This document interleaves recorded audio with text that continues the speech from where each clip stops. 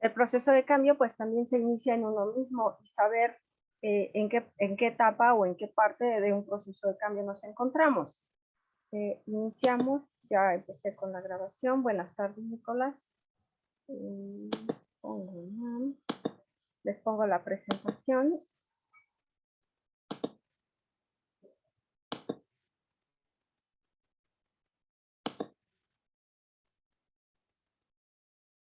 Esto fue lo que les mandé prácticamente hoy. Lo vamos a platicar, que es la adaptación al cambio, la interpretación del cuestionario.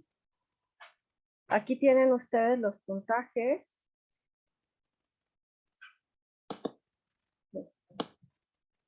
¿Ok?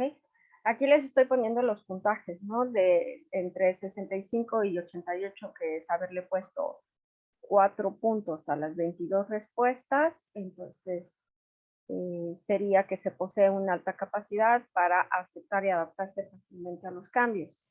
Entre 35 y 65 se considera que se posee una capacidad suficiente para responder a los cambios con flexibilidad, y una puntuación menor de 35, que quiere decir haber puesto un 1 a las 22 preguntas, entre un 1 y un 2 que oscilaban entre rara vez y no es muy frecuente, ¿no?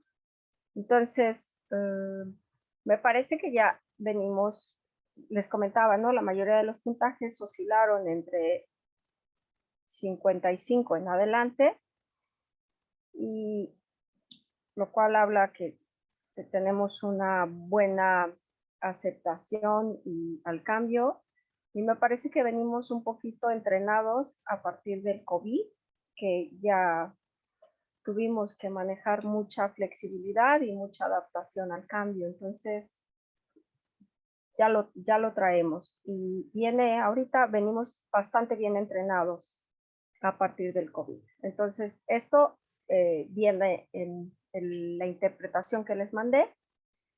En la interpretación que les mandé viene solamente el puntaje que ustedes sacaron y la interpretación, ¿no? Ahora, vamos a ver la definición de adaptación al cambio, que es la capacidad de adaptarse y avenirse a los cambios, modificando, si fuera necesario, la propia conducta para alcanzar determinados objetivos cuando surgen dificultades, tal cual lo acabamos de vivir. COVID, etapa COVID. También nueva información o cambios en el medio, ya sean en el entorno exterior o en la propia organización, a petición de un cliente o de los requerimientos que el trabajo nos implica.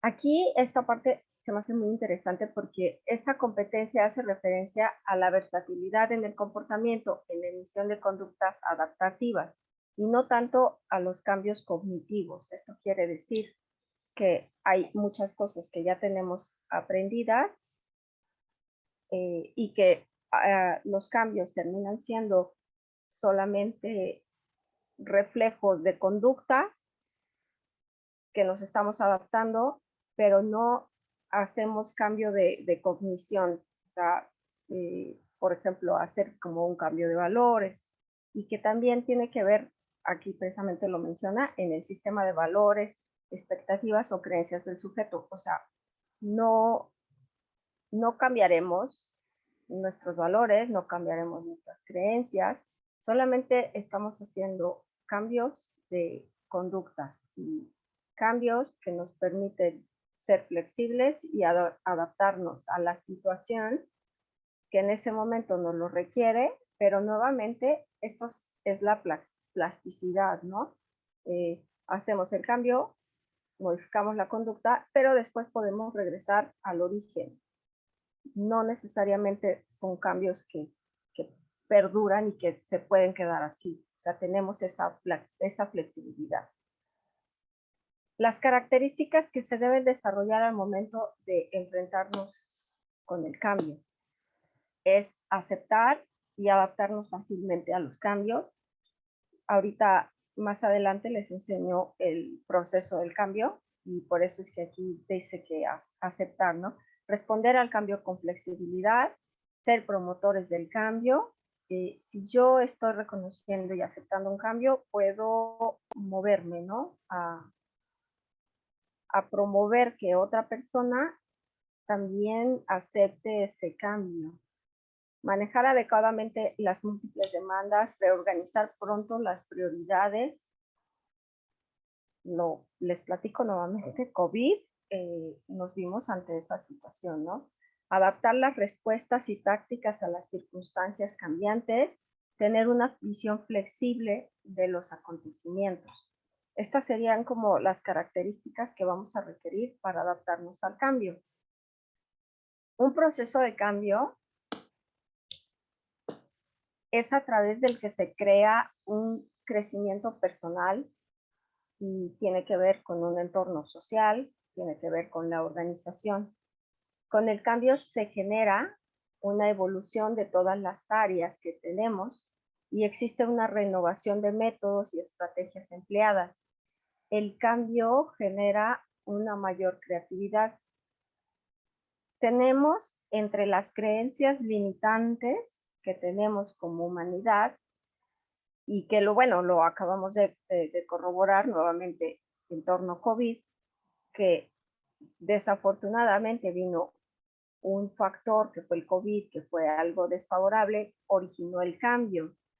Sin embargo, no necesariamente dentro de las creencias limitantes quiere decir que los cambios van a surgir por algo negativo o que algo malo ha pasado, sino que hay cambios que ya son necesarios. Hay cuestiones que se requiere realizar cambios y entonces no siempre un cambio es algo negativo. Y es por esto que en ocasiones podemos ponernos un poco reacios, resistentes al cambio. El cambio genera, hay dos vertientes en el rubro del cambio, ¿no? El cambio puede ser porque la empresa está cambiando la estructura, y uno de los cambios a veces puede ser quedarse sin empleo, pero es una cuestión de la empresa, no es una cuestión mía, o va hacia la empresa, o bien el cambio también me aplica a mí como persona, ¿no? En el ámbito personal, el cambio consiste, o el proceso de cambio consiste en identificar situaciones y momentos que requieren una respuesta nueva, que no necesariamente tuvo que pasar algo malo para empezar a hacer un proceso de cambio, ¿no? Anticiparse a las situaciones del cambio previendo las posibles consecuencias. Analizar las situaciones y encontrar las adecuadas respuestas personales para adaptarnos con eficacia a las distintas y variadas situaciones que nos plantean una gestión de cambio, ¿no? Es aquí donde tenemos que saber si el cambio es a nivel personal o el cambio viene desde la organización, desde la empresa, desde mi dirección, ¿no? Entonces, poderlo identificar. ¿Qué sucede con el aspecto emocional del cambio? El cambio implica muchas emociones. El cambio tiene muchas emociones y nuevamente, reforzando la parte del autoconocimiento, entonces vamos a poder identificar en qué momento nos encontramos y cómo nos sentimos respecto al cambio, ¿no? En tanto que las emociones son el motor de la acción y estas pueden ser positivas o negativas o de diferente intensidad, las emociones y los comportamientos que las pueden suceder pueden ser o favorables, las emociones respecto al cambio, y estas pueden promover el crecimiento, o las emociones pueden ser adversas e impiden que se dé un proceso de cambio o que se dé el crecimiento. Entonces, el día de, nuevamente, tema COVID, vimos cómo se potencializó la creatividad de muchísimas personas, pero estuvo, estuvo a tope la creatividad. Estuvimos buscando nuevas formas de convivir, nuevas formas de relajarnos, nuevas formas. Estuvimos muy creativos porque el cambio fue algo impuesto y venía a partir de un entorno negativo, que era el tema del COVID. Sin embargo, tuvimos la opción de hacer algo positivo y ver la parte favorable de este cambio, que al momento seguimos, pero, o sea, lo que decía, ¿no? De la plasticidad en cuanto al cambio, hubo muchas cosas que modificamos. Sin embargo, ahorita que estamos retomando la nueva normalidad, algunas cosas se quedaron y algunas cosas las retomamos. Entonces, no necesariamente tuvimos que cambiar todo, ¿no? Entonces, en relación con el cambio y las emociones, es importante que antes de emprender un cambio, los cambios son necesarios. Los cambios siempre van a estar ahí y siempre van a requerir de nuestra atención, aunque no queramos retomarlo o no queramos considerar que algo se tiene que cambiar. Entonces, antes de empezar un cambio, tenemos que conocer nuestras propias emociones, redefinirnos en cuanto a estas emociones, como la capacidad de descubrir cuáles son nuestros sentimientos. Tenemos que identificar, los cambios están ahí y los cambios implican emociones. Tenemos que saber qué es lo que estamos hablando de la inteligencia emocional y del autoconocimiento. Tenemos que saber claramente hacia dónde están dirigidas las emociones y qué emociones son las que estamos teniendo respecto a ese cambio, ¿no? Y a partir de aquí, esto es una guía que podemos considerar y poder agarrar el camino hacia el proceso de cambio, ¿no? Es una buena guía para asumir decisiones. También es importante manejar las emociones propias, pues nos va a permitir recuperarnos de las dificultades. Si me quedan claras cuáles son las emociones que yo tengo respecto a este cambio, algo, una dificultad, un fracaso en el proceso de cambio, nos va a permitir afrontarlo de manera más saludable mentalmente y no podernos desbaratar al momento de una dificultad en un proceso de cambio. También conozcamos la propia motivación, ya que hará que nos movilicemos hacia el cambio. ¿Qué es lo que me motiva? Y si realmente hablábamos la motivación intrínseca y extrínseca, si la motivación va desde mí o si la motivación del cambio es extrínseca y está impuesto por la institución. Si es algo que no va desde adentro de mí, ahí nuevamente vuelvo a revisar mis emociones, ¿no? Reconocer las emociones también de los demás que están implicados en este proceso de cambio, captar señales que nos indiquen qué es lo que quieren y qué es lo que se necesita, ¿no? Al final, un cambio o el proceso de cambio implica emociones, implica sujetos. Aquí les presento la resistencia al cambio, un proceso de resistencia al cambio que también es importante que lo podamos tener claro, puesto que saber en qué etapa nos encontramos, ¿no? Se habla mucho del proceso de duelo y el proceso de duelo está un poquito alineado. El proceso de duelo no precisamente es de que una persona ha fallecido. El proceso de duelo es un cambio, es un proceso de adaptación. Entonces, este proceso de resistencia al cambio está alineado con un proceso de duelo. Se puede definir como aquellas fuerzas restrictivas que obstaculizan un cambio. La resistencia al cambio. Es un fenómeno psicosocial que nos muestra básicamente tres aspectos.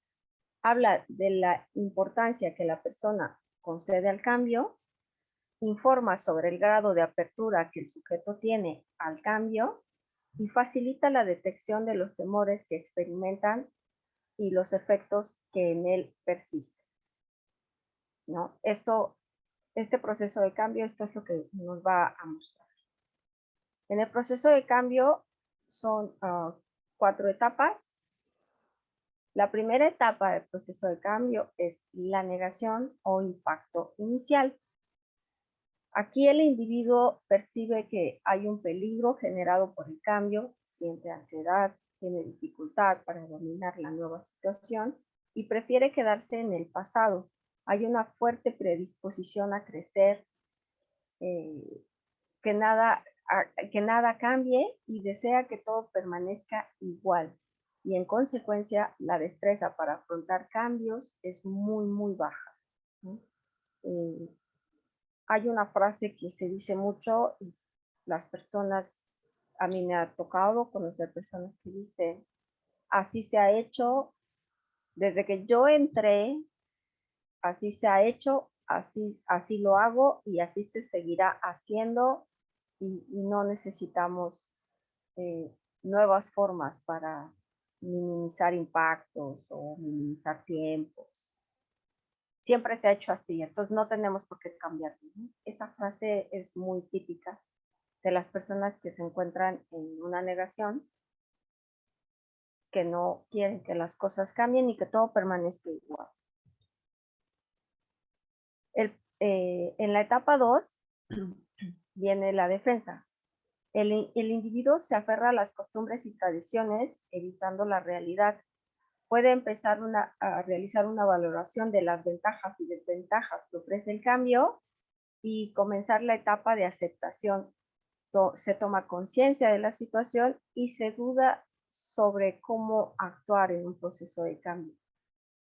Aquí tiene como que es un parteaguas donde la persona valora las ventajas y desventajas y obviamente la persona que tiene resistencia al cambio se va a enfocar y va a encontrar 1000 razones para no realizar el cambio y va a encontrar 1000 razones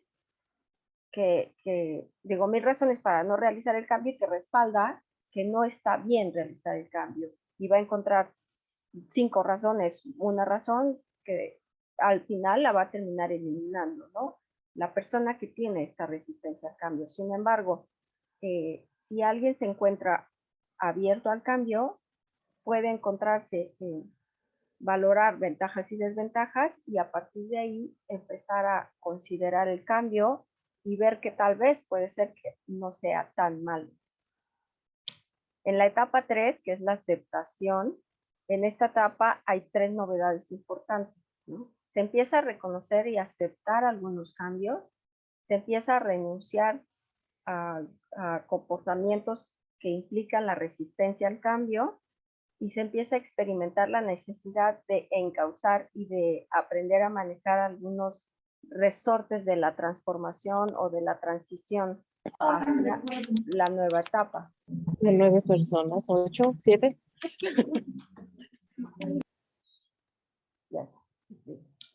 Entonces, en la etapa 3 es la aceptación donde se empieza a reconocer, pero se sigue trabajando y se hace el proceso de transformación, el proceso de transición, de moverse de uno a otro, ¿no? En la etapa 4 es la etapa final, que es la adaptación y la asimilación.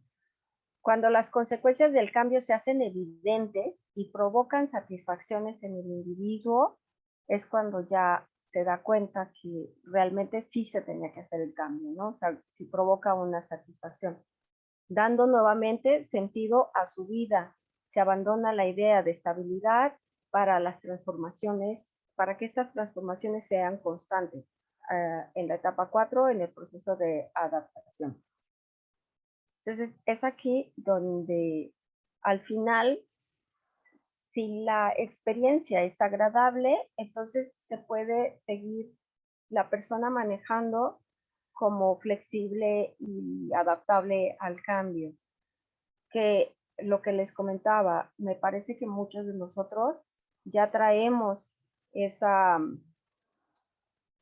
ese bucle del cambio y estamos mostrándonos constantemente aceptando el cambio, puesto que las tecnologías, el COVID nos vino a mostrar muchas cosas, entonces ya traemos el hábito del cambio y conforme se nos vayan presentando los cambios, los vamos a ir considerando y pueden ser de manera constante, ¿no? Difícilmente nos mostraremos resistentes al cambio. Y sobre todo, profesores, bueno, les digo, los felicito porque todos salieron, nadie tuvo un puntaje abajo de bajo del promedio, ¿no? Entonces, esto es el tema de la resistencia al cambio. No sé si alguien más tenga alguna duda, algo que quieran comentar en este momento.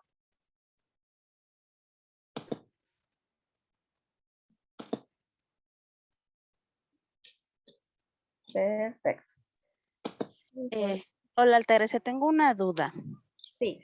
En las 4 etapas que comentaste, ¿sí son 4? 4 del cambio. Me entró una duda. En la última etapa, si yo no estoy contenta con el cambio, ¿puedo regresar y decir ya no quiero? Ah, sí, ahí se me fue la idea, porque habla de que en la etapa 4, cuando se tiene un resultado satisfactorio, entonces continuamos con el cambio y lo seguimos haciendo. Pero si el resultado no es satisfactorio, entonces ahí se refuerza la idea. Pueden suceder dos cosas, ¿no? Es como el bucle que decimos ahorita, ¿no? O sea, si el resultado del cambio en la etapa 4, o sea, acepté hacer el cambio y mi resultado no es satisfactorio, pasa. O me mantengo en la resistencia al cambio y diciendo, ves como el cambio no era necesario y no es satisfactorio, o bien aquí aplicamos la resiliencia y la motivación. Al final, cuando tenemos identificado la motivación y tenemos identificadas las emociones, esto nos podría ayudar bastante a poder realizar el cambio aunque el resultado sea negativo, puesto que decimos, el cambio es negativo, las respuestas que acabo de tener en este momento, sin embargo, el cambio es necesario. Entonces podemos saber si un cambio es necesario y si el cambio es necesario, pero la respuesta fue negativa, entonces aplicamos, te digo, resiliencia, empuje, motivación y volvemos a empezar nuestro proceso de cambio hasta que podamos obtener los resultados favorables en ese proceso de cambio. No sé si me expliqué, Lourdes.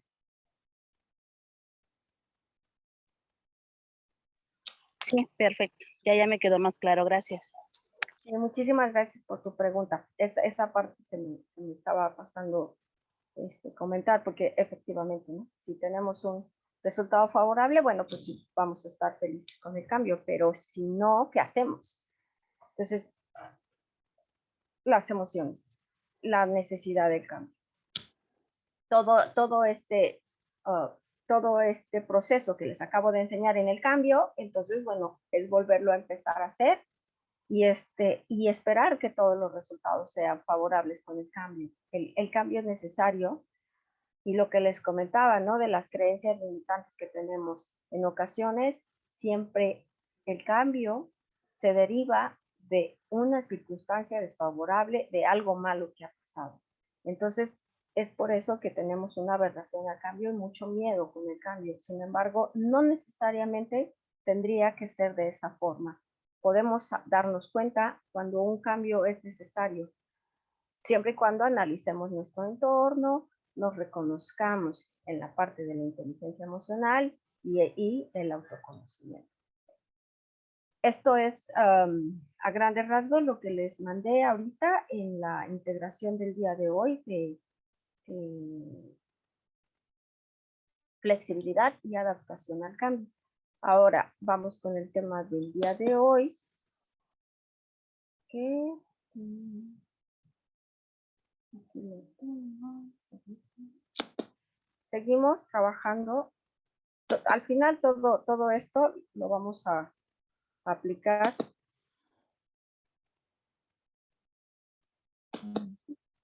Lo vamos a aplicar. Ustedes son los líderes de un equipo, de un grupo. Es necesario todas estas competencias. La sesión pasada vimos trabajo en equipo. Entonces yo les platicaba las bases de trabajo en equipo. Aquí las tenemos.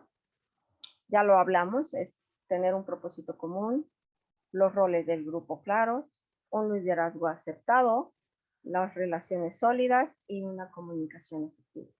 Entonces, cuando tenemos todo esto, ahora ya tenemos un equipo de trabajo. Ahora, lo importante es mantener la seguridad psicológica y a partir de la seguridad psicológica vamos a ver las distinciones de los equipos de trabajo. ¿Qué es la seguridad psicológica? La seguridad psicológica es el lugar de trabajo o el ambiente donde las personas pueden exponer abiertamente sus ideas, preguntar, presentar sus preocupaciones o indicar sus preocupaciones, cometer errores sin sentir temor a ser humillados o juzgados o avergonzados por el grupo. Esto es seguridad psicológica. A veces podría ser un poco complicado brindar seguridad psicológica o poder identificar si mi equipo de trabajo tiene seguridad psicológica. Esto lo vamos a ver con las disfunciones de los equipos, ¿no?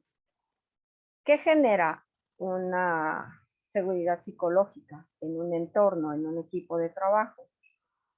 La seguridad psicológica genera grandes beneficios para las personas de forma individual. Les permite tener menores niveles de estrés. Hay personas que hasta van a parar al hospital por el nivel de estrés que tienen en el entorno de trabajo al que pertenecen, ¿no? También la seguridad psicológica les permite tener mayor confianza y satisfacción en el propio trabajo realizado. Facilita la obtención de resultados, obviamente, el contar con una seguridad psicológica en nuestro equipo de trabajo. Incrementa el rendimiento y compromiso por parte de los colaboradores. Disminuye el ausentismo y permite la retención de talentos, ¿no? Esto podría aplicarse un poco a las empresas. Incrementa la capacidad de innovación. Al final, la persona que se siente seguro de plantear ideas, de presentar sugerencias, al ser escuchado, no quiere decir que una persona presenta una idea y esa idea va a ser tomada, va a ser aplicada, ya es un hecho, ¿no? Una persona presenta una idea, a lo mejor no es válida, a lo mejor ni siquiera tiene nada que ver con el proyecto que se está manejando, pero la persona se siente confiado y entonces al ser escuchado empieza a dar ideas y se promueve la creatividad del equipo. Entonces, aquí les presento un cuadrante de la seguridad psicológica. Este es el cuadrante. Ustedes pueden ver los simbolitos de más y menos. Del lado derecho, del lado izquierdo se encuentra la seguridad psicológica de manera vertical, y de manera horizontal tenemos el compromiso por los resultados. Si mi seguridad psicológica es muy baja, pero mi compromiso por los resultados es muy alto, puedo permanecer o estar en una zona de ansiedad. Y por el contrario, si mi seguridad psicológica es muy baja y mi compromiso por los resultados también es muy bajo, me mantendría en una zona de apatía. Si mi seguridad psicológica es bastante alta, pero mi compromiso por los resultados es bajo, me encuentro en una zona de confort. Obviamente el cuadrante superior derecho es el mejor, ¿no? Donde tenemos una seguridad psicológica alta y un compromiso por los resultados altos. Es aquí donde se hace la zona de aprendizaje, donde se destapa la creatividad y donde la resistencia al cambio disminuye y se puede dar el aprendizaje. Es importante que como equipo podamos identificar, de hecho, puede ser un ejercicio interesante, que ustedes se lo puedan presentar a su equipo de trabajo y ellos y las personas que forman parte del equipo de trabajo puedan indicar en qué cuadrante se encuentran o con qué cuadrante están identificados para que a partir de ahí se trabaje. La zona de apatía, bueno, esto ya lo expliqué, baja seguridad psicológica, bajo compromiso con los resultados, la zona de confort, la zona de ansiedad y la zona de aprendizaje. Me parece que la zona de ansiedad es donde la persona puede ser hasta hospitalizada, ¿no? En esta zona de ansiedad es la más peligrosa, ¿no? Entonces, la seguridad psicológica trata de los miedos. Implica que tenemos, como miembros del equipo, tenemos miedo a equivocarnos, miedo a decir no sé, miedo a hacer una pregunta y miedo a ofrecer ideas que desafíen lo establecido, ¿no?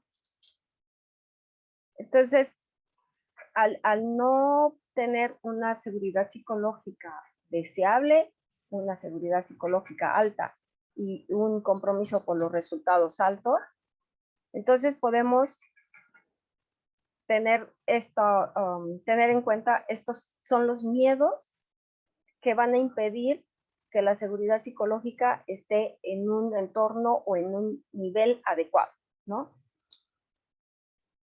Aquí es, nuevamente, miedo a equivocarse, miedo a decir que no, miedo a hacer preguntas y miedo a ofrecer ideas.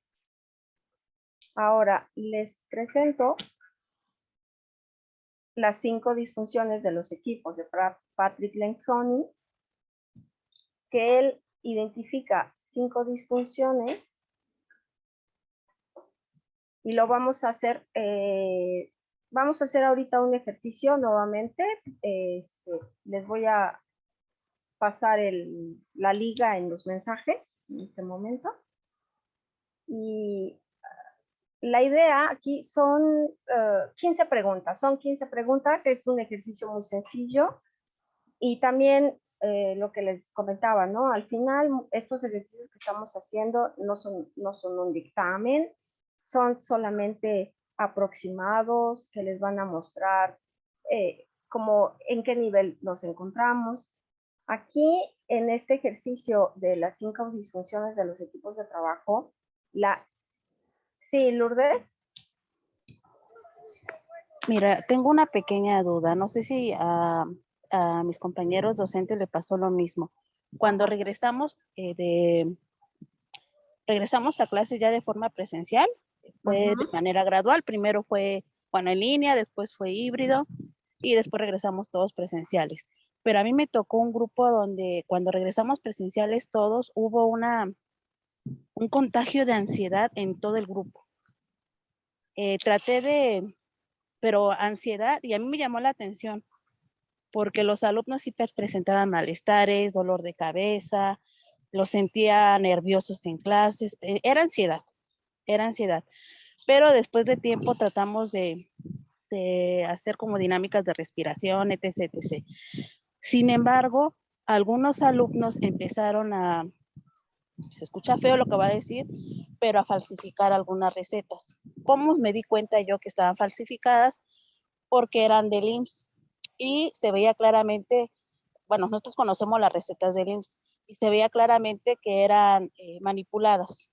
De hecho, al papá le pedí de favor que viniera, le comenté el por qué era la necesidad y nunca se presentó. Entonces, ¿hasta dónde llega esa ansiedad de los alumnos? Hoy en día, la adolescencia, perdón por lo que va a decir, pero es de cristal. No sé cómo ayudarles para que esa ansiedad no les afecte tanto porque llegan hasta mentir. A mí sí fue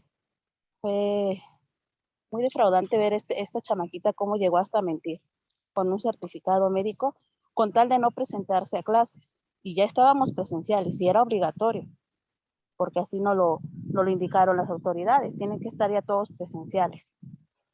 Entonces, Ujú. ahí cómo podíamos lidiar con esa ansiedad, que hasta para mí es una ansiedad enfermiza. La ansiedad es enfermiza, pero ese tipo de ansiedad, ¿cómo la podemos controlar o ayudar? Fíjate que ahí me parece que tiene mucho que ver,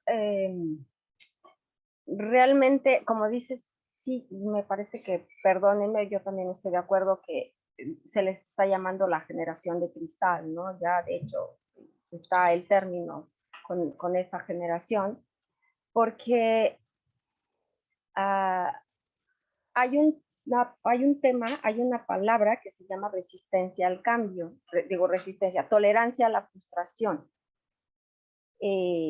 La tolerancia a la frustración cada vez está siendo menos, y tiene que ver, y viene como desde, ustedes recuerdan que hace muchos años esperábamos una semana para ver una fotografía, tomábamos una fotografía en la cámara y entonces mandábamos a revelar el rollo y tardábamos una semana en poder ver las fotos. Hoy día toman una foto, no les gusta, la borran. Entonces, desde la tecnología, desde la casa, la resistencia a la tolerancia a la frustración cada vez es menos. Entonces, los jóvenes, estas nuevas generaciones, de entrada, la tolerancia a la frustración es mínima, no existe en algunos casos. A partir de ahí, podría ser identificar el entorno. Como es un tema de COVID, aquí sí no sabemos, digo, habráse que tú, supongo, Lourdes, investigaste si la familia tenía la sensación de que se iba a morir si asistía a clases o si, supongo que el padre no fue porque pensó que se iba a contagiar, porque empezó a haber una paranoia con respecto a las clases. Hubo personas que dejaron a sus hijos que el año completo, cuando empezó el sistema híbrido, dejaron que sus hijos concluyeran el ciclo escolar completamente desde casa. Entonces, aquí, como es un tema de COVID, sí puede ser un poquito interesante poder indagar bien qué fue lo que pasó con esta chica, porque si en realidad era que quería seguir tomando las clases desde casa, y que pudo haber sido, ¿no? Que no se adaptó también a tomar las clases en casa, que ya no quiere seguir con las clases presenciales, ¿no? Realmente me parece que podría ser un poquito complicado decir qué es lo que se puede hacer respecto a esta estudiante como tal, ¿no? Tal vez, no sé, una charla con ella, una charla con los papás en línea y poder saber realmente las razones, porque lo comentas, ¿no? El papá ni siquiera fue. Y no sé si el papá no fue porque no le interesa o porque tenía miedo también de contagiarse y esa familia vivía una paranoia sin fin del contagio.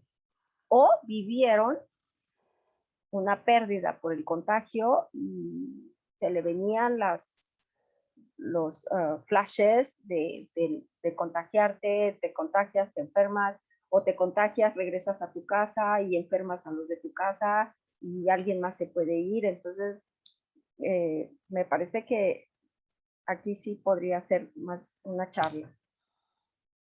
No sé si alguien más tenga un comentario respecto a lo que nos compartieron.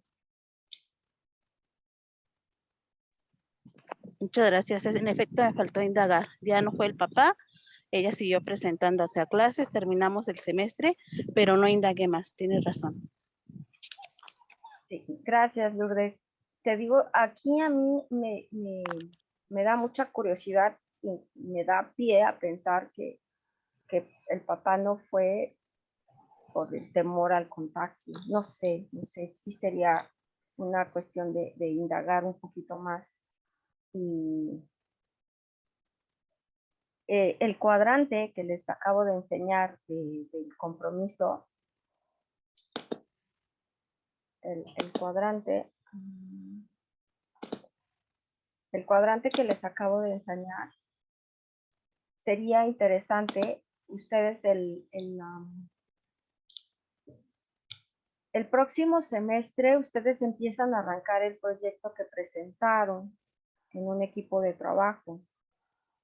No de manera inmediata, en cuanto se integre el equipo de trabajo, o sea, no cuando empiece a integrarse el equipo de trabajo, pero sí, si ya están consolidados, como les decía arriba, con las bases de la formación de un equipo de trabajo, si ya están consolidados, sería interesante saber qué poderles ustedes presentar a su equipo este cuadrante para poderlos, que ellos mismos, de hecho es muy sencillo, ¿no? Coloca un tachecito en el cuadrante en el que tú te encuentres, ¿no?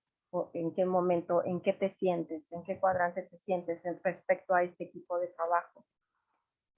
Y sí, la ansiedad en realidad es temor a lo desconocido. La ansiedad es provocada por el temor a lo desconocido y el miedo a lo desconocido. La ansiedad no es algo, no es un temor, no es un miedo a algo que existe. Porque el miedo, la persona, o sea, un miedo lo puedes tener, tienes miedo a hablar, pero la persona cuando habla tiene más miedo a no poder hablar bien, a no expresarse de manera correcta y a que o sea, el miedo lo provoca, la ansiedad lo provoca el miedo y el miedo es a las ideas irracionales que tiene la persona. Eso es lo que puede pasar, ¿no? Que tienen miedos irracionales que no son reales y la gente nuestros jóvenes tendrían que trabajar mucho en esa parte de lo que les hablaba, ¿no?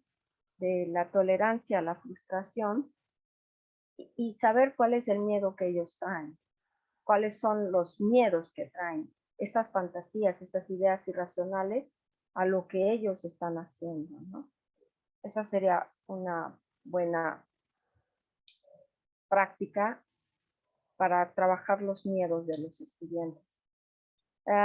Les comentaba, ¿no? El ejercicio que hacemos hoy, nuevamente en formulario de Google, son 15 preguntas y habla de las 5 disfunciones de los equipos de Patrick Lencioni Y yo aquí la instrucción es que traiga a su mente una situación en algún momento en el que usted haya trabajado en equipo, o bien si actualmente se encuentran trabajando en equipo, para que respondan las afirmaciones igual de la misma forma. El 3 sería para usualmente, 2 algunas veces y 1 raramente, ¿no? Que la afirmación ustedes la consideran o la forma parte de su día a día en el momento que están trabajando en equipo. Les comparto la liga.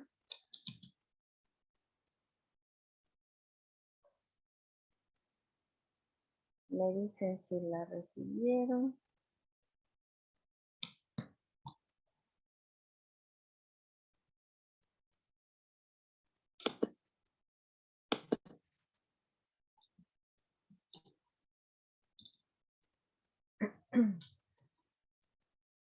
Ok, ya se abrió, me dice Lilia.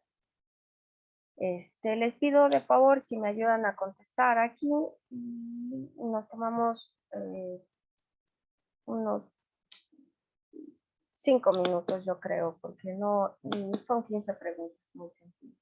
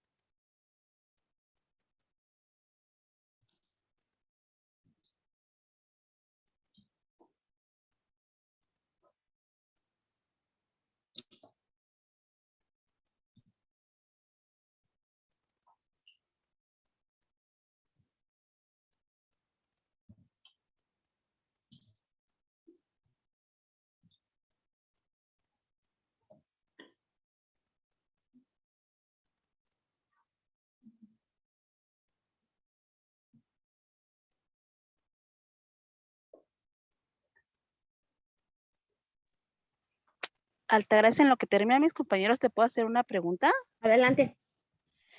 Mira, yo tengo 2 hijos y a veces siento que soy muy exigente con ellos y quiero controlarme.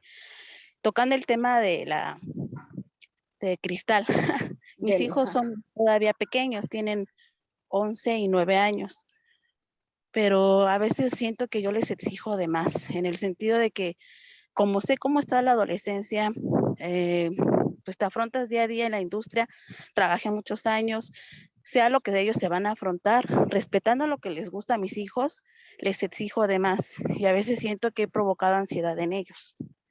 Al mayor hubo una época donde se le iba el aire, ya lo revisaron y afortunadamente no tiene nada, me lo diagnosticaron como con ansiedad. Entonces lo que estoy haciendo es dejarlo hacer lo que le gusta. Él es portero, entonces lo estoy llevando a clases, eso controla un poquito su ansiedad, pero en lo académico le estoy exigiendo mucho. Entonces esa parte sé que yo la tengo que trabajar porque le exijo mucho a mis 2 hijos. Ahí, ¿qué consejo me darías también? Lo que no quiero es que sea una más de cristal, que no sean tan delicados. Están pequeños, pero no quiero exigirles tanto, pero tampoco que sean niños de cristal. Ahí, ¿cómo me aconsejarías manejar ese control mío, pero para bien de ellos? No sé si me voy a entender. Sí, sí, Lourdes. Pues bueno, primero muchas gracias por pedirme el consejo. Y realmente, mira, el mejor consejo es lo que tú estás sintiendo, ¿sabes? O sea, hacerle caso a lo que tú estás sintiendo en este momento. A veces nosotros tenemos las respuestas, solo queremos que resuenen en la boca de otra persona. Nosotros mismos sabemos qué es lo que está, eh, quién conoce mejor a tu familia y quién conoce mejor a tus hijos, solamente tú. Entonces, en relación a esto de qué es lo mejor que puedes hacer con ello, es que tú escuches tus propios pensamientos y estés de acuerdo con lo que estés haciendo, pero también que no te provoque ansiedad a ti, porque ya la ansiedad, ya a lo mejor ellos han disminuido la ansiedad, pero la ansiedad se pasó de tu lado.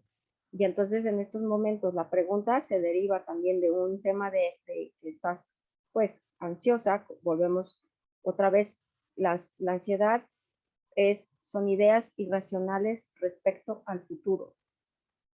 Y precisamente eso es lo que estás viviendo en este momento. O sea, empiezas a generar, y bien lo dices, ¿no? Es que no quiero que sean unos niños de cristal por los tiempos que estamos viviendo, porque hacia futuro quiero que tengan una respuesta sin ser niños de cristal. Entonces, ya estás haciendo unas ideas respecto al futuro de tus hijos.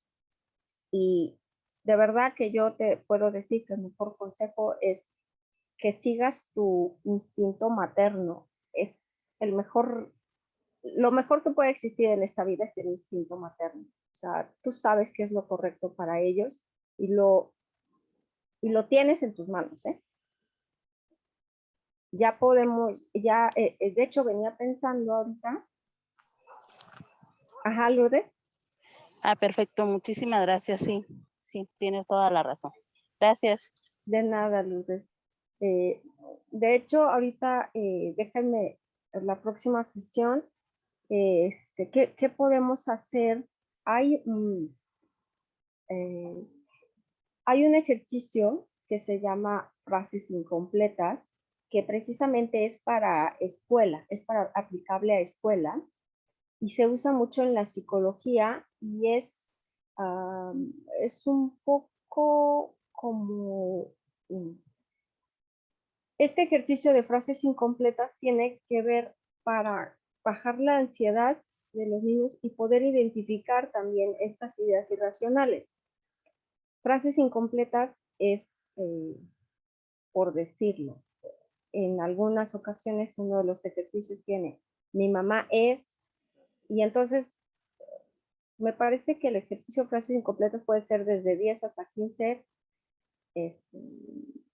15 preguntas, y entonces aquí la persona termina por completar la oración.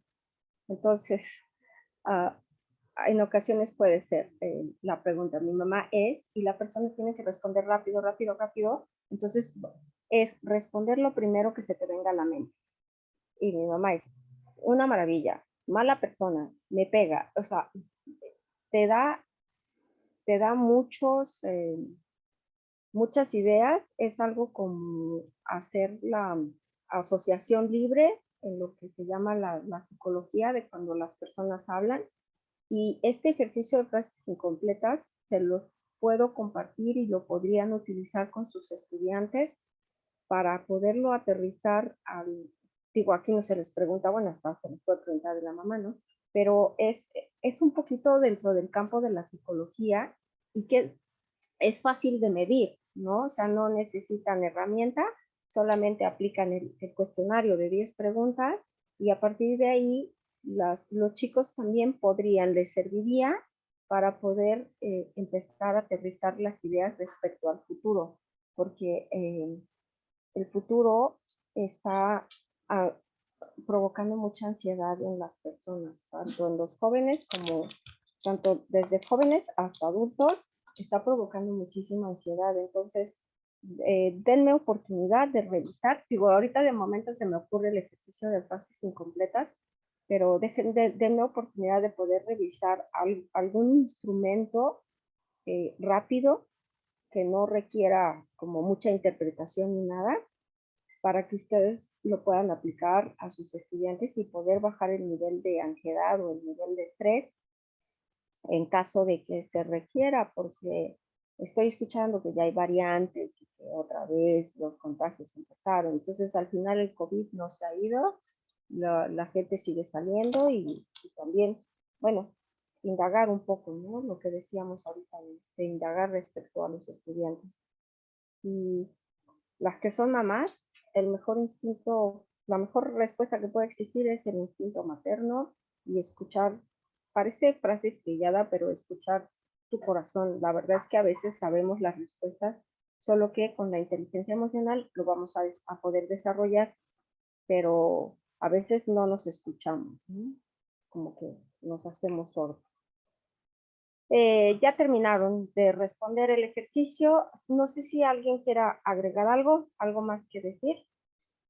Continuamos les presento, ustedes ya vieron las preguntas y entonces les presento las 5 disfunciones de los equipos de trabajo. ¿Alguna pregunta?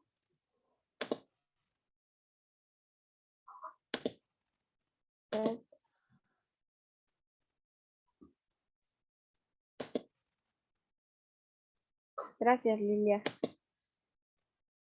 Entonces, continuamos. Aquí les platico, ¿no? Las 5 disfunciones de un equipo describen las causas fundamentales de la disfunción en los equipos. Contrario a lo que popularmente se cree, las causas de la disfunción de los equipos son identificables y también son curables. Sin embargo, no mueren fácilmente. Hacer que un equipo sea funcional y esté unido, esto requiere cierta valentía, disciplina y voluntad de que el equipo funcione, ¿no? Y nosotros, ustedes como líderes de equipo, lo pueden conseguir. De acuerdo a Patrick Lencioni, la disfunción 1 es la falta de confianza, la disfunción 2 es el temor al conflicto, la disfunción 3 es la falta de compromiso, la disfunción 4, eludir responsabilidad, y la disfunción 5, no atender los resultados. Perdón, aquí me equivoqué del número. Y la disfunción 5, no atender los resultados. Si ustedes ven las rayitas, aquí lo tengo mejor presentado en este cuadro, ¿no? En este cuadro, aquí podemos ver que la ausencia de confianza va a generar temor al conflicto. Y si tengo temor al conflicto en mi equipo de trabajo, va a generar falta de compromiso. Y la falta de compromiso me va a generar evadir responsabilidades, y evadir responsabilidades me va a generar no enfocarme en los resultados, ¿no? Entonces, estas 5 disfunciones se encuentran colocadas en esta pirámide, tipo pirámide de Maslow, y estas son las 5 disfunciones. Si podemos ver, la primera disfunción es la ausencia de confianza. Si hay ausencia de confianza en el equipo de trabajo, se va a provocar la segunda y entonces termina siendo toda una cadena, ¿no? Y todo un ciclo. La primera disfunción es la falta de confianza entre los miembros del equipo, y esto se debe básicamente a su falta de voluntad para ser vulnerables dentro del grupo. Si los miembros del equipo no son genuinamente transparentes el uno con el otro sobre sus errores y debilidades, será imposible construir una base para la confianza en todo el equipo. Aquí les presento un cuadrito que hay entre las diferencias entre equipos con y sin confianza. Los miembros donde no existe confianza ocultan sus debilidades, errores, no piden ayuda ni ofrecen comentarios constructivos, no ofrecen ayuda fuera de sus áreas de responsabilidad, llegan a conclusiones sobre las intenciones y actitudes de los otros sin confirmarlas, no reconocen ni aprovechan las habilidades y experiencias de los demás, piden tiempo y pierden tiempo y energía creando estrategias y políticas. Se generan rencores y evitan reuniones, buscan excusas para evitar pasar tiempo con el equipo de trabajo. Esto es cuando los miembros del equipo les falta confianza. Ahora, cuando los miembros del equipo existe confianza, y recientemente me pasó que alguien en otra presentación me decía, es que yo no me los voy a llevar a mi casa a desayunar, yo no quiero ser amigo de la gente, aquí es trabajo y trabajo es trabajo, ¿no? Yo le comentaba que no, la confianza no quiere decir que le voy a presentar a mi familia, que lo voy a invitar a mi casa a desayunar, o los fines de semana a mi casa a una carne asada. O sea, eso es ser amigos, ¿no? O sea, la confianza va más allá de que vayas a mi casa y que conozcas toda mi vida, ¿no? O sea, en un equipo de trabajo no los miembros del equipo, por ejemplo, en un equipo de 10 personas, cada uno hace la presentación de su vida, una autobiografía y la relata, ya se perdieron 10 horas de trabajo, ¿no? Entonces, no se trata de que me conozcas toda mi vida, sino se trata de permitirnos presentarnos vulnerables y sobre todo como miembros, como líderes del equipo, darnos la oportunidad de que puedan ver que somos vulnerables, que no necesariamente todo el tiempo las cosas nos salen bien, ¿no? Que somos exitosos en todo lo que hacemos y que todo es maravilloso. Entonces, si yo cometo un error, tener la confianza, ¿no? Admitir esto precisamente. Los miembros del equipo admiten sus debilidades y errores, pueden pedir ayuda, aceptan críticas y aportaciones sobre sus áreas de responsabilidad, se permiten mutuamente el beneficio de la duda antes de llegar a una conclusión negativa, ¿no? Asumen riesgos al ofrecer un feedback y ayuda, aprecian y aprovechan las habilidades y experiencias de los demás. Esta es la parte más importante.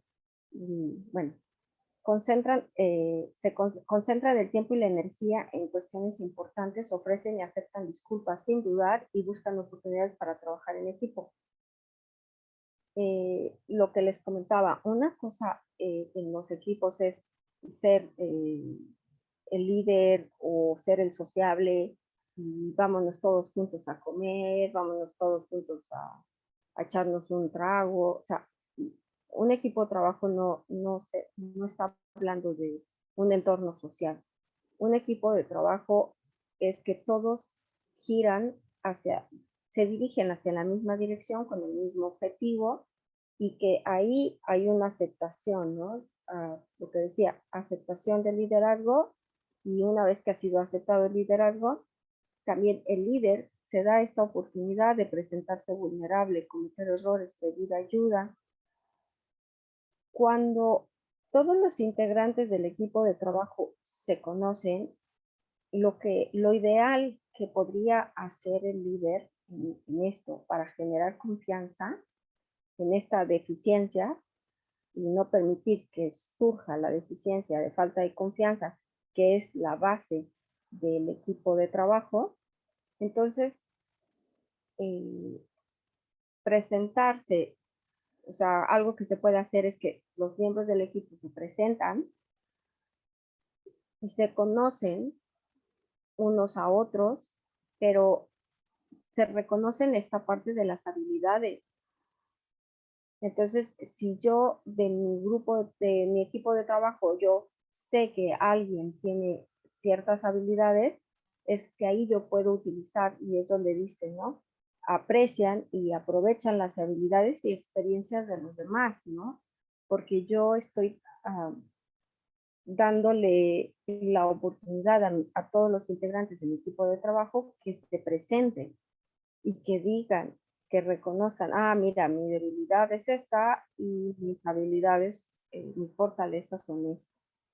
Entonces, aquí podría ser la base. Esta es la base, es la ausencia de confianza. Ahora, obviamente, si hay ausencia de confianza, entonces se da la disfunción 2, que es el temor al conflicto. Todas las relaciones necesitan conflictos para seguir creciendo. Y definitivamente después de un conflicto se fortalecen los lazos que existen en un equipo de trabajo. Eso es algo real. El conflicto es un mal necesario, pero las buenas y malas confrontaciones son muy diferentes. Los buenos enfrentamientos son honestos, abiertos y están orientados hacia un objetivo. Las malas confrontaciones se convierten en un concurso de ego. Entonces, tampoco tenerle miedo al conflicto. Si ya en un equipo de trabajo ha surgido un conflicto, inmediatamente tomar ese conflicto específicamente y no dejar que pueda afectar a más partes o más tiempo el desarrollo del equipo de trabajo, ¿no? Entonces, un equipo que le teme al conflicto siempre tiene unas reuniones, pueden ser aburridas las reuniones, puesto que no están enfrentando las deficiencias que hay, ¿no? Se generan situaciones donde los ataques pueden ser personales y estos ataques pueden crecer. Ignoran temas controvertidos que son críticos para el éxito del equipo. Y es por eso que la reunión termina siendo aburrida, porque aquí no pasa nada, aquí no pasa nada. Se está negando que existe un conflicto. Se ignoran no aprovechan todas las opiniones y perspectivas de los miembros del equipo. Pierden tiempo y energía en gestionar relaciones interpersonales. O sea, los equipos que participan en sus propios conflictos y que identifican sus conflictos, sus reuniones pueden ser animadas, interesantes, puesto que están dirigiendo la reunión con el objetivo de solucionar el conflicto. Extraen y explotan las ideas de todos los miembros del equipo. Resuelven problemas reales rápidamente. Entre más rápido se identifique el conflicto y una vez que esté identificado el conflicto, este sea confrontado, se puede seguir trabajando en el objetivo final o en la conclusión del objetivo por el que se ha diseñado el equipo de trabajo, ¿no? Resuelven problemas reales rápidamente, minimizan las apariencias y el politiqueo y ponen temas críticos sobre la mesa para la discusión. Aquí, una vez que queda identificado el conflicto, esto se tiene que hablar claramente con todos los miembros del equipo y que cada miembro del equipo debe de plantear y decir cuál es el tema del conflicto con la confianza. O sea, la disfunción número 1, que es ausencia de confianza. Si yo no le tengo confianza a mi equipo de trabajo y existe un conflicto, yo no me voy a, yo ni siquiera voy a reconocer que existe un conflicto. O sea, me pueden preguntar a mí como miembro del equipo que algo está pasando, que por qué no participo, que por qué no digo nada, que por qué estoy tan callado y que por qué no he tenido ausencias, ¿no? En las reuniones de trabajo. Y yo, pues, mi falta de confianza dice, no, estoy bien, no pasa nada. Y esta resistencia de parte del equipo a reconocer que hay un conflicto, entonces el equipo también dice, no, pues no pasa nada. Y este es una bola de nieve y cada vez se va haciendo más grande, ¿no? Entonces lo ideal es que si se le dé carta abierta al equipo para que una vez cualquier integrante del equipo se identifica un conflicto, este sea presentado y sea tratado en las reuniones a manera de desaparecer ese conflicto, pero como con base en la confianza, ¿no? La tercera disfunción es falta de compromiso. Los equipos trabajan eficazmente cuando todos los miembros se respaldan y se comprometen con los objetivos. Sin compromiso, los esfuerzos se disipan.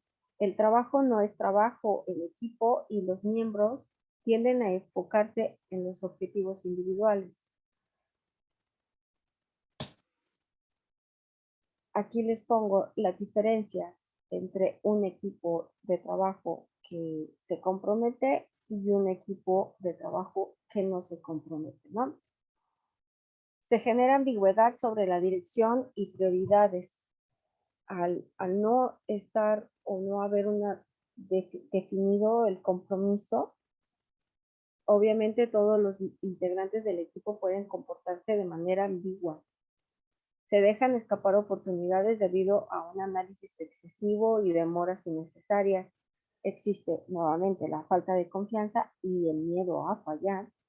Se repiten discusiones y discusiones una y otra vez. Se alientan las dudas entre los miembros del equipo. Esto sería un equipo de trabajo que no se compromete. A diferencia, y estos son los parámetros son los parámetros generales, no necesariamente se tienen que cubrir todos, y tal vez puede ser que haya algunos más, ¿no? De un equipo de trabajo que se compromete, existe claridad sobre la dirección a seguir y las prioridades, todo el equipo está alineado en torno a objetivos comunes. Aquí esta idea de todo el equipo está alineado en torno a objetivos comunes tiene que ver con la parte de definir los objetivos, que todo el equipo de trabajo esté de acuerdo en el objetivo general, ¿no? Se desarrolla la capacidad de aprender de los errores, también. Se llegan a aprovechar las oportunidades antes que se aprovechan las oportunidades y esto no se convierte en una competencia. Avanzan sin vacilar y cambian la dirección sin titubeo ni culpa, ¿no? Un equipo que está comprometido saben que hay un objetivo en común y van a ir tras ese objetivo en común, pero es un compromiso auténtico, ¿no? que están convencidos de conseguir ese objetivo. La disfunción 4. Aquí es evadir la responsabilidad cuando los miembros del equipo no se sienten cómodos y apoyados unos a otros y están señalando problemas y deficiencias, el equipo no puede progresar, un miembro del equipo puede desconocer un problema y la necesidad de feedback de los otros miembros del equipo. La presión del grupo, si la presión del grupo no está correctamente dirigida y expresan que requieren una fuente de apoyo y una fuente de apoyo y aliento, ¿no?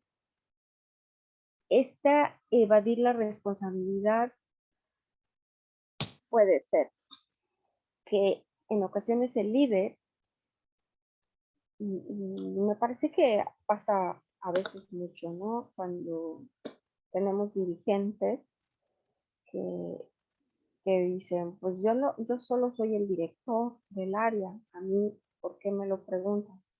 Pues porque eres el director del área, ¿no? Entonces, cuando se evaden las responsabilidades, a partir de aquí, me parece que ya no hay mucho que hacer, no hay confianza,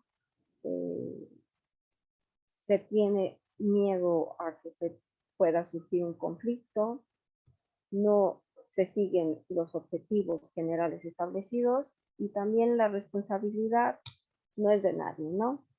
Se genera un resentimiento entre los miembros del equipo que tienen diferentes estándares de desempeño, con el clásico de yo hago todo y él no hace nada, alientan a la mediocridad, si nadie se responsabiliza por los objetivos, surge mucho el tema de, pues voy a hacerle como lo hace la persona que está al lado mío, nada más tengo, paso lista, nada más levanto la mano y digo presente y hasta ahí queda mi participación, poner asistencia, ¿no? Pone una carga excesiva al líder del equipo como la única fuente de disciplina, que se tienen que presentar castigos o sanciones para que la persona se responsabilice, cuando un equipo tiene que responsabilizarse por el logro de los objetivos cada uno de los miembros, convencidos de que tienen que conseguir ese objetivo, ¿no?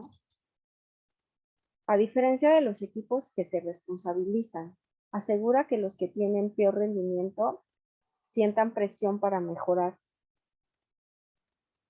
Identifican a los compañeros del equipo de trabajo que su rendimiento está siendo mínimo o indiferente el rendimiento y los invitan a que se comprometan con los objetivos establecidos o planteados como equipo de trabajo, ¿no?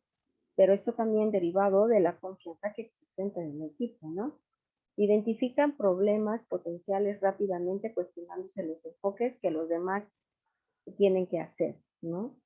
Establece respeto entre los miembros del equipo que cumplen con los mismos altos estándares.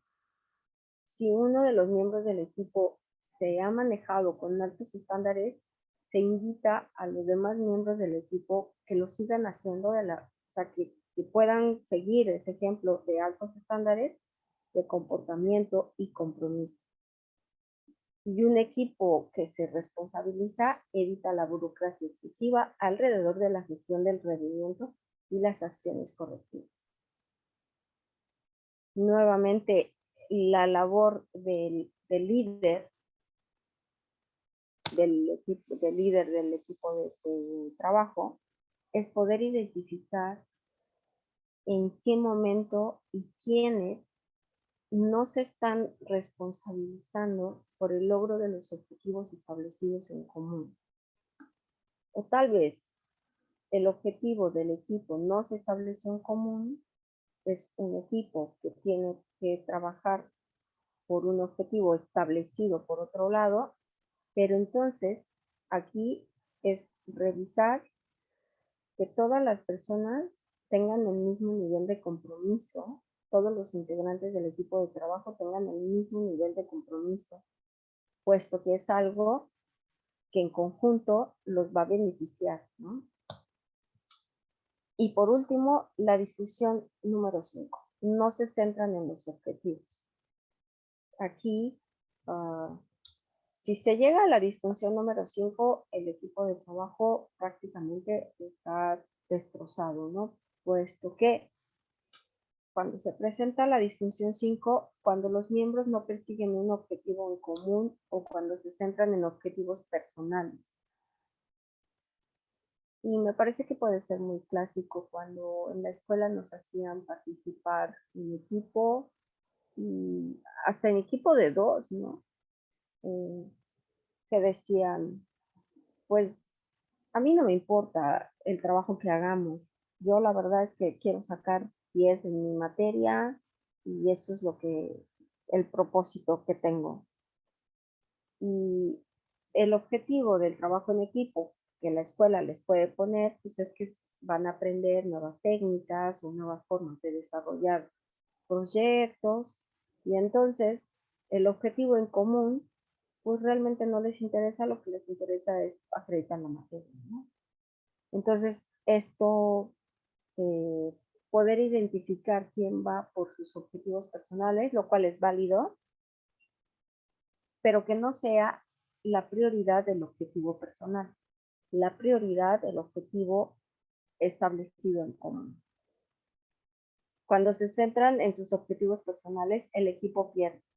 Para mejorar el rendimiento es necesario que los miembros se comprometan públicamente a lograr los objetivos que se han establecido por el grupo. Entonces, aquí les presento equipos centrados en los objetivos, en los resultados.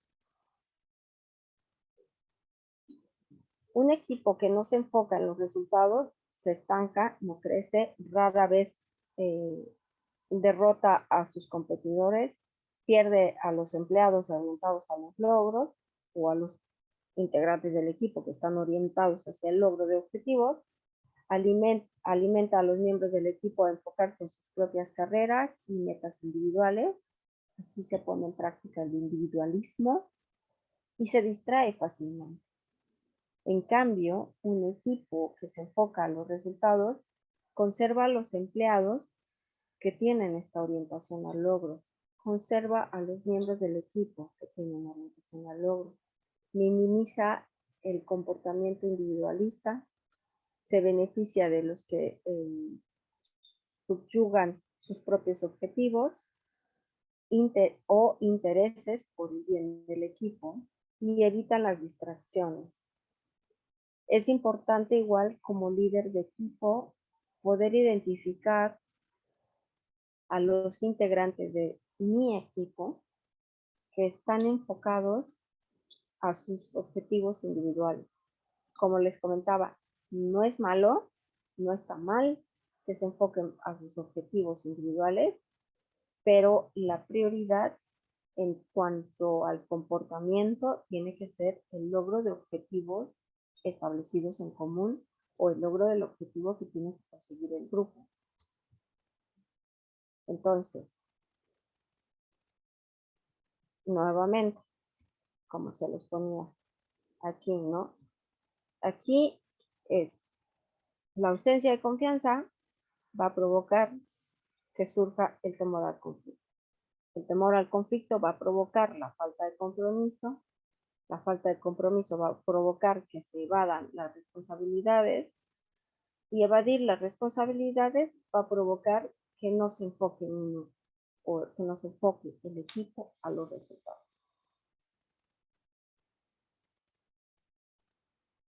El trabajo en equipo se va a deteriorar cuando una de estas disfunciones permitamos que surja.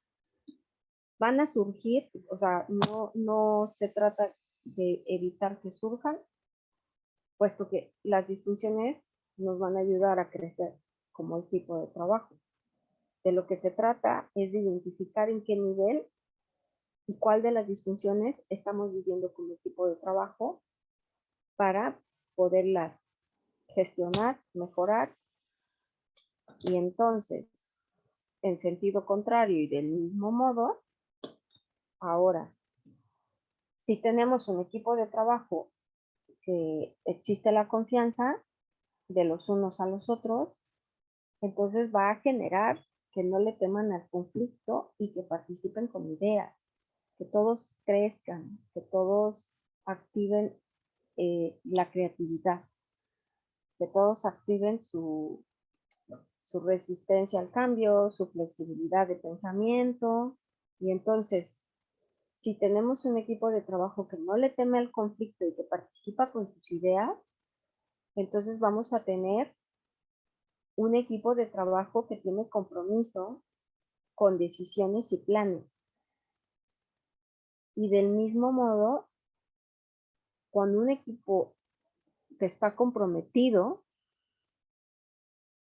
entonces vamos a tener un equipo que asume sus responsabilidades mutuas.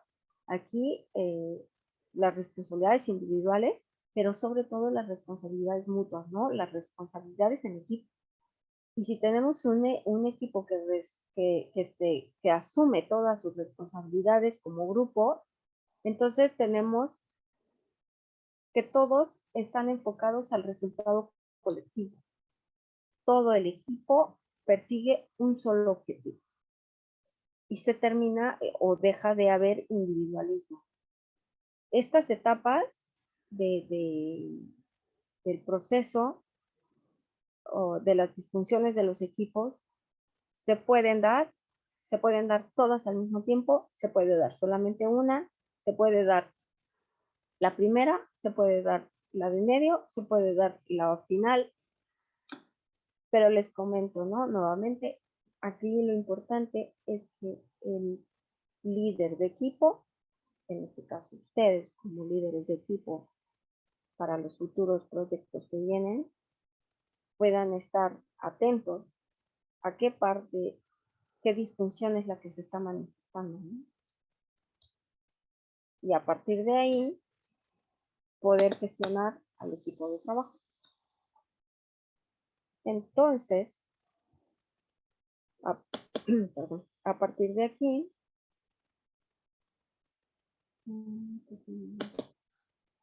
a partir de las 5 disfunciones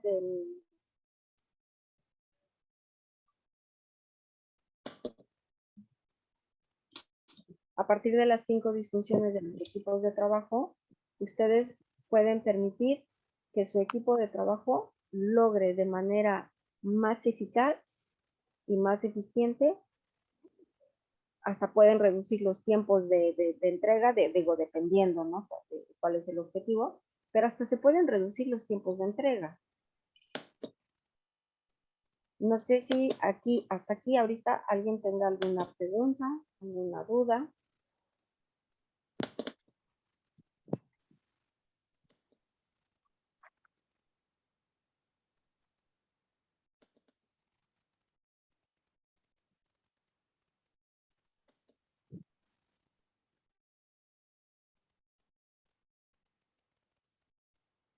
¿Alguna duda?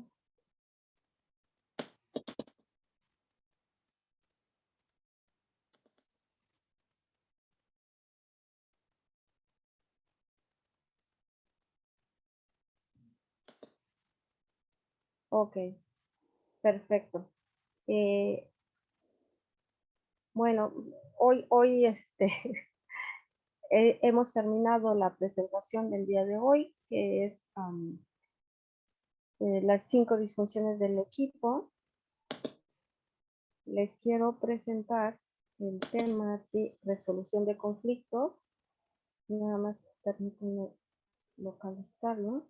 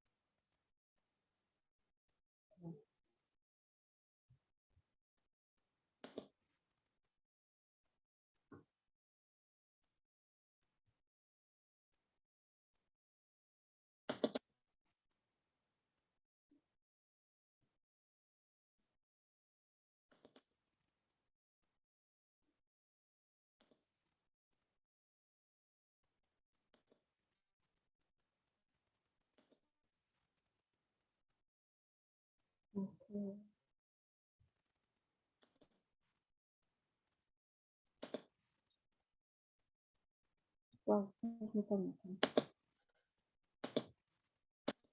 No puedo probarlo.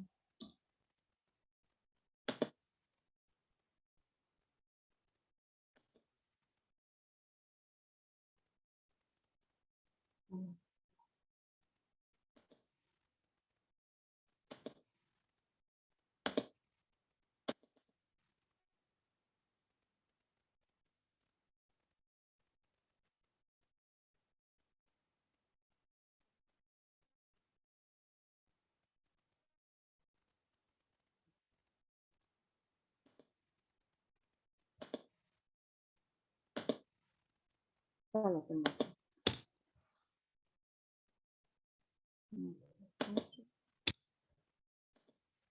Ahora.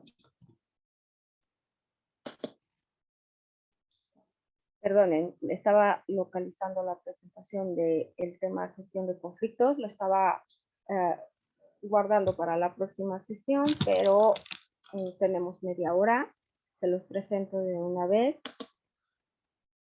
¿Cómo podemos trabajar el conflicto cuando se nos presenta?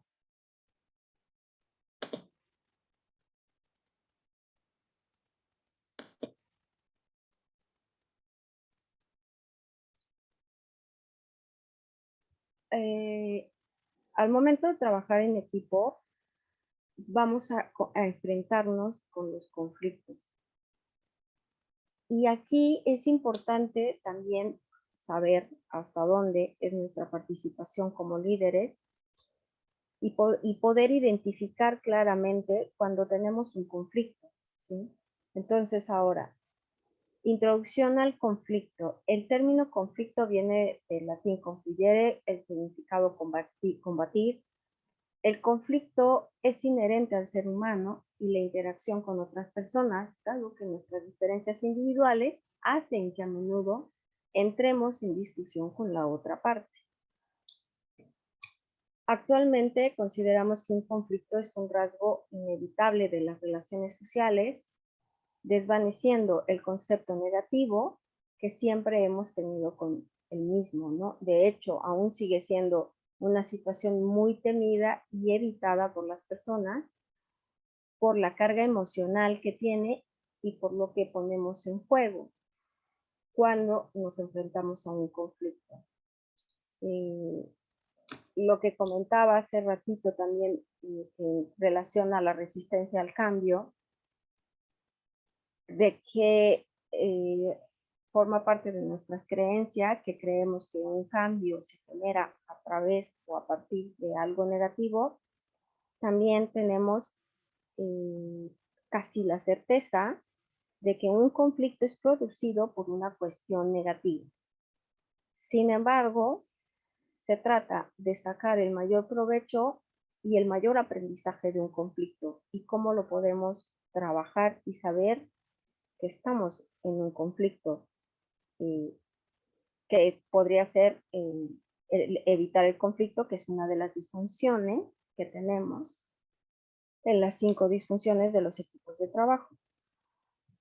El problema estriba en que todo conflicto puede adoptar un curso constructivo o destructivo, y por lo tanto la cuestión no es tanto eliminar o prevenir el conflicto. Hay conflictos que no podemos prevenir. El conflicto llega y el conflicto está.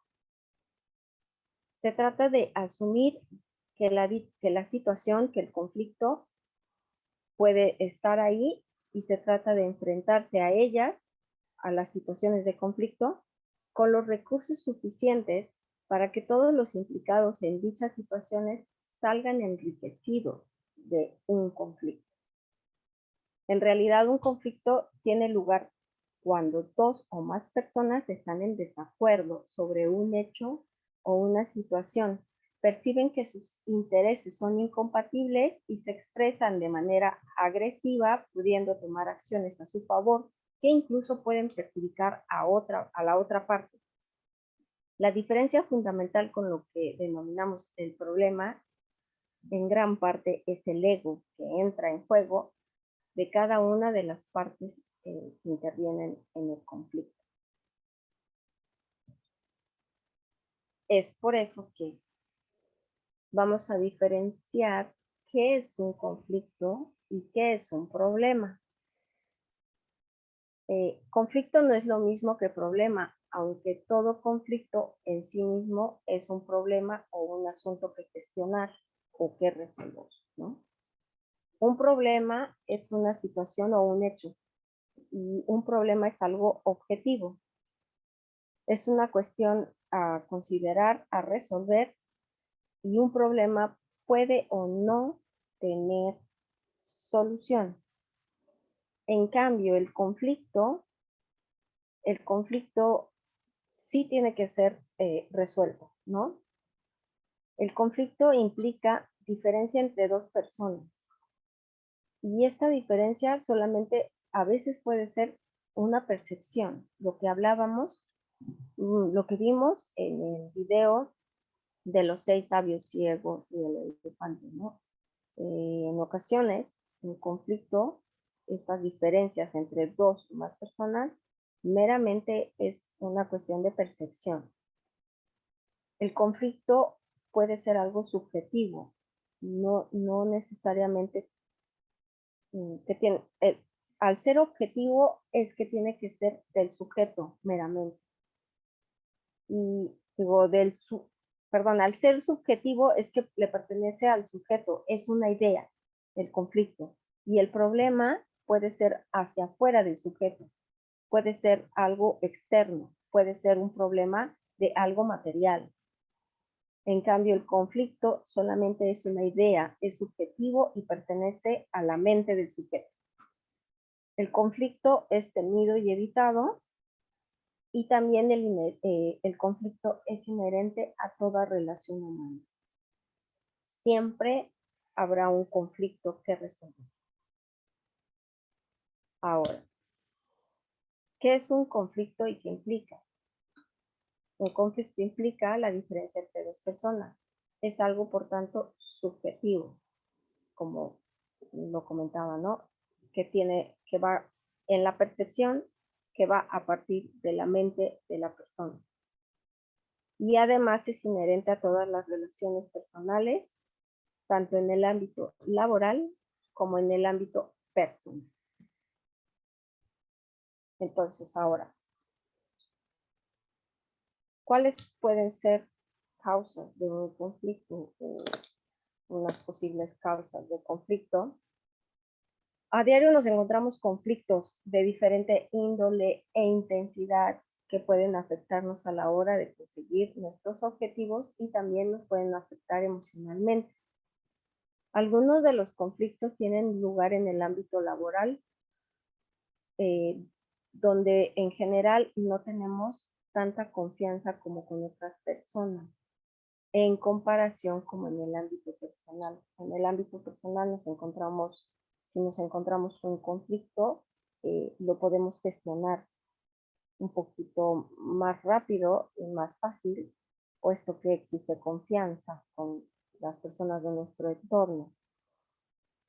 Y donde solemos actuar de manera más forzada. En el ámbito laboral, si se presenta un conflicto, ahí nos va a costar más trabajo gestionar el conflicto, puesto que no tenemos la suficiente confianza. También dice que aquí podemos presentar hasta cierta resistencia, ¿no? En el ámbito laboral, lo que no ayuda en muchas ocasiones a gestionar, a resolver el conflicto.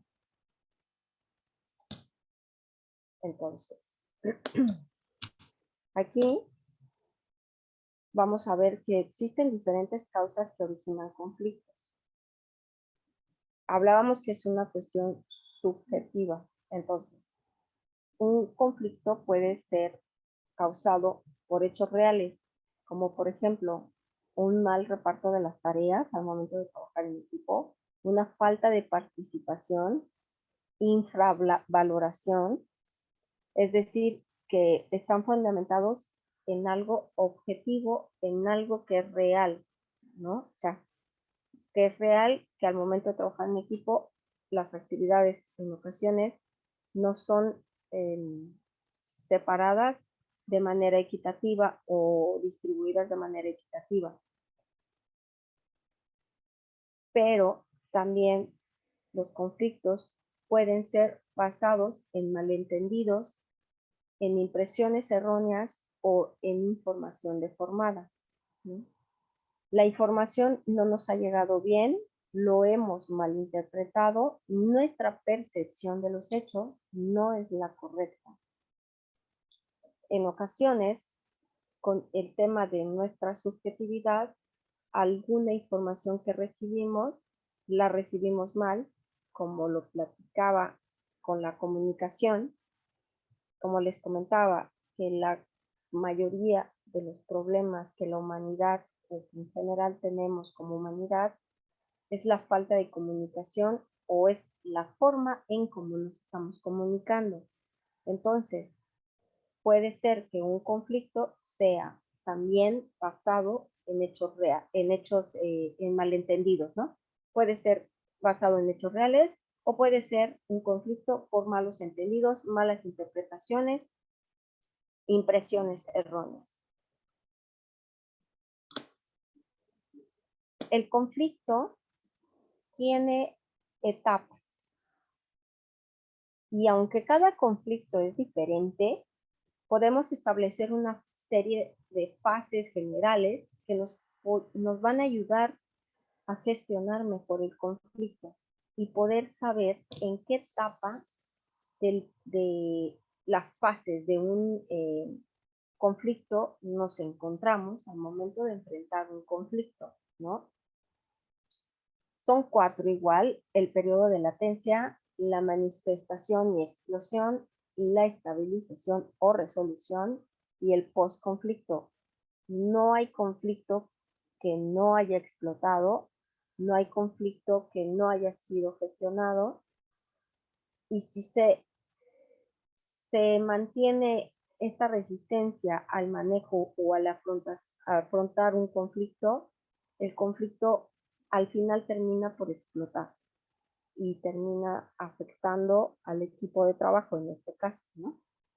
Ahora, en el periodo de latencia es el momento en el que el conflicto se está gestionando realmente. Como suele decirse, rara es la tormenta que no da señales de que se avecina. En ocasiones es perceptible el conflicto y lo pueden percibir las personas que están en nuestro entorno. Probablemente yo, que formo parte o que soy protagonista del conflicto, puede ser que no lo perciba, pero las personas que están en nuestro entorno se pueden dar cuenta que se está avecinando un conflicto, ¿no? La etapa 2 es la manifestación y explosión. Es el momento en el que el conflicto tiene lugar, en el que se explota, sea por la causa que sea. Es aquí donde entran en juego las emociones de los dos egos o los egos de las personas involucradas, cada uno con su percepción y cada uno con sus propias experiencias. Y aquí, en la etapa 2 y en la etapa 3 de un conflicto, podemos hacer uso de nuestra comunicación eficiente y nuestra comunicación asertiva, donde si hay algo que me está molestando, uso mi comunicación asertiva y aplico la regla de no me comporto de manera pasiva, o sea, no me comunico de manera pasiva, pero tampoco me comunico de manera agresiva. Me comunico de una manera centrada, expresando mis emociones, respetando a la otra persona. Entonces, se trata de darnos cuenta, ¿no? Y saber que esta es la oportunidad que tenemos, o sea, en caso de que estemos ante un conflicto, darnos cuenta que tenemos la oportunidad de aplicar nuestra comunicación efectiva, que puede ser al momento de comunicarme corroborar que la persona está recibiendo la misma información que yo quiero que reciba. Y también comunicarme al momento de gestionar el conflicto de manera asertiva. En la etapa 3, que es la estabilización o resolución del conflicto, es cuando ponemos en juego nuestra asertividad y nuestra inteligencia emocional, ¿sí? Esta es la fase en la que se busca la solución del conflicto y se resuelve, buscando aquella opción que satisfaga a las partes implicadas en el conflicto y que lo dé por finalizado. Entonces, hablábamos, ¿no? Mi inteligencia emocional, autocontrol, autogestión, puede ser un poco fácil reventar, molestarnos, pero si recuerdo que me tengo que comunicar eficazmente y que mi comunicación tiene que ser asertiva, entonces es ahí donde yo me mantengo ni pasiva ni agresiva, sino que expreso mis emociones, poniéndole nombre. Tenemos el post-conflicto. Este es importante, dejar que el conflicto esté cerrado. Y hablamos nuevamente, comunicación efectiva. Para mí el conflicto ha sido resuelto, ha sido hablado y ha quedado cerrado. Comunicándome eficazmente con la persona involucrada en el conflicto, me cercioro que es recibiendo la retroalimentación de la otra persona, que decíamos que es la comunicación efectiva, corroborar que la idea que yo tengo de que el conflicto ha quedado cerrado, corroborar con la otra parte que el conflicto ha quedado cerrado, ha quedado resuelto. Que no quede ninguna rencilla entre las personas implicadas para que esto no pueda convertirse en otro periodo de latencia y en un conflicto posterior. Reconocer la fase en la que se encuentra el conflicto que queremos gestionar es vital para seleccionar las mejores estrategias de actuación, ¿no? Entonces, es aquí donde aplicaremos en los conflictos que se nos presenten a nivel personal y a nivel equipo de trabajo, podemos aplicar las fases y poder identificar en qué momento se encuentra mi conflicto y las estrategias de comunicación e influencia también, cómo lo resuelvo, ¿no? Cómo ha quedado resuelto. Ahora, cuando resolvemos un conflicto, este puede tener y darnos resultados negativos o resultados positivos.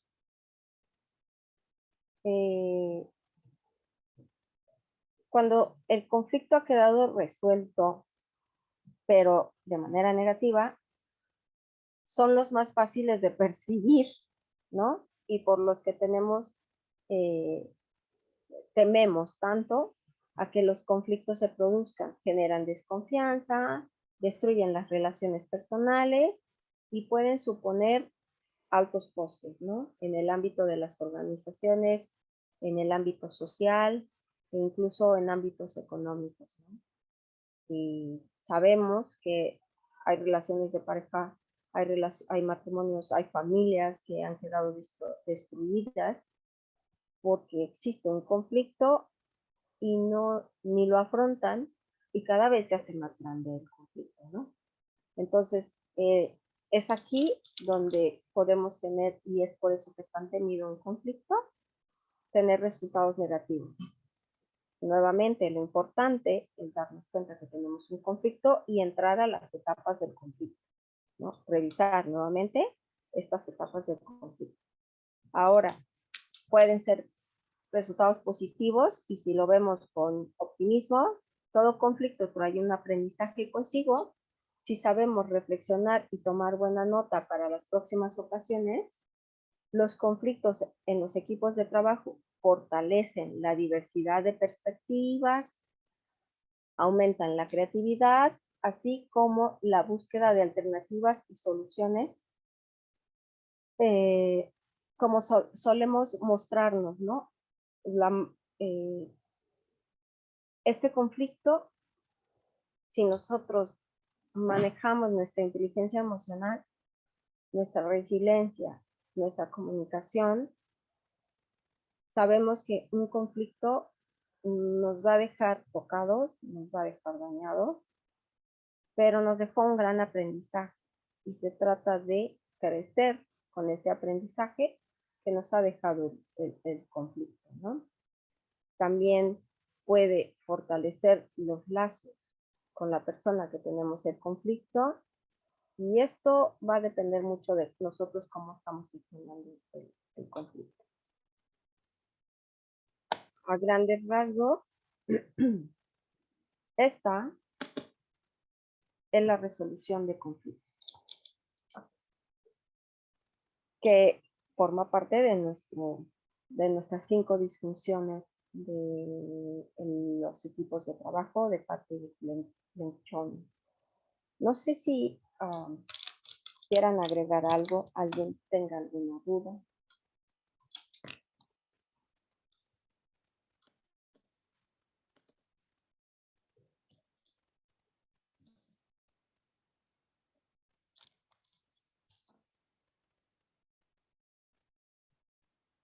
Todo claro, Lourdes, Mónica, todo bien. Bueno, pues ahorita les voy a enviar igual los resultados del ejercicio que realizamos el día de hoy de las 5 disfunciones, y nos estamos viendo el próximo martes, que vamos a trabajar con el tema de equipos de alto rendimiento, porque vamos pasito a pasito, ¿no? Ya vimos las bases para trabajar en equipo, ya vimos las disfunciones de los equipos de trabajo, y una vez que hemos resuelto todo esto, entonces nos podemos convertir en un equipo de alto rendimiento. Esto lo vamos a ver la próxima semana y una parte de metodología. No sé si mi compañero Alejandro tenga algo que decir. No, muy interesante lo que nos compartiste hoy. Gracias, Alta. Nada más recordarles nuevamente a los profesores que no hayan hecho su encuesta pre, que la tienen que hacer, de preferencia hoy, para que ya la tengamos. Entonces, sí les encargo que la puedan hacer, profesores. Les agradecemos mucho su tiempo, y de mi parte, pues solamente sería eso. Los videos se van a estar subiendo de todos modos para que lo puedan revisar si tienen alguna duda. Y bueno, eso sería de mi parte. Tengo una pregunta de Angélica, que le voy a dar respuesta. Mira, Angélica dice qué hacer cuando, por ejemplo, yo resuelvo bien el conflicto, pero la otra persona queda enojada. Es lo que comentaba ahorita, donde ponemos en práctica nuestra comunicación efectiva, porque ahí precisamente tú estás dando por hecho que el conflicto ha quedado resuelto, y ha quedado resuelto de manera favorable. Sin embargo, tendrías que corroborar que la otra persona ha resuelto bien también el conflicto de la misma forma favorable. O sea, poder hablar con la comunicación efectiva, ¿no? Decíamos que cuando tú te comunicas con otra persona, saber que el mensaje que tú estás mandando, la persona lo percibe y lo recibe de la misma manera que tú lo estás recibiendo. Entonces, aquí es importante que tú te cercioraras que la otra persona ha dado por resuelto el conflicto. Recordemos que el conflicto es algo subjetivo y es algo que está en la mente y que está en las ideas. Si la persona ha quedado molesta, aunque el conflicto ha quedado resuelto, esto ya tiene que ver con su subjetividad. Si hay algo, o sea, si tú te has percatado, Angélica, que la persona está molesta, puedes preguntarle si hay algo que hacer para que ya no esté molesto. Sin embargo, la persona continúa enojado o enojada, quiere decir una de dos: que el conflicto no se resolvió, y que hay que volver a trabajar en la resolución del conflicto o que se genera un nuevo conflicto. Pero en teoría, con una resolución de conflicto, las dos partes deben de quedar de la misma forma, ¿no? O bien, saber que el conflicto y que la resolución de tu conflicto te ha dado resultados negativos, ¿no?